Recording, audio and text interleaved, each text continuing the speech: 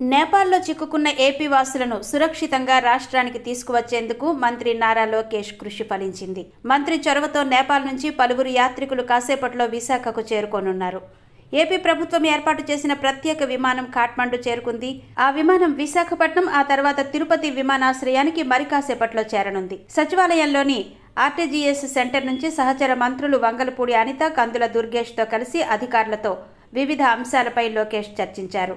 పరిస్థితులను ఎప్పటికప్పుడు గమనిస్తూ అందుకు తగిన ఏర్పాట్లు చేశారు. కొద్దిసేపటి క్రితం కాఠ్మండు నుంచి బయలుదేరిన విమానం నుంచి తిరిగి వస్తున్న ప్రయాణికులు రాష్ట్ర ప్రభుత్వానికి ప్రత్యేక ధన్యవాదాలు తెలియజేశారు.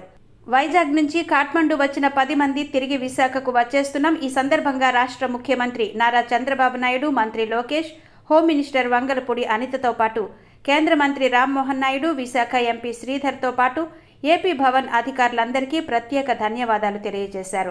మమ్మల్ని ఇంత జాగ్రత్తగా విశాఖకు తీసుకువస్తున్నందుకు ఎల్ఐసి ఎంప్లాయీస్గా మేమంతా ధన్యవాదాలు తెలియజేస్తున్నామని పేర్కొన్నారు.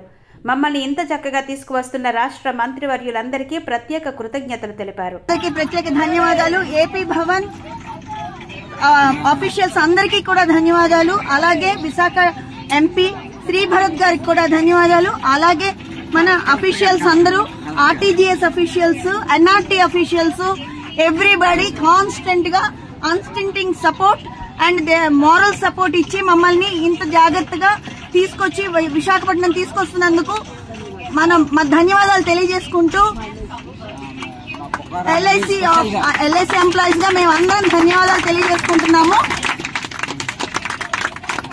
మా ట్రామా నుంచి ఇంత చక్కగా మమ్మల్ని తీసుకొచ్చిన మన మంత్రివర్యులందరికీ కూడా ప్రత్యేకంగా ధన్యవాదాలు.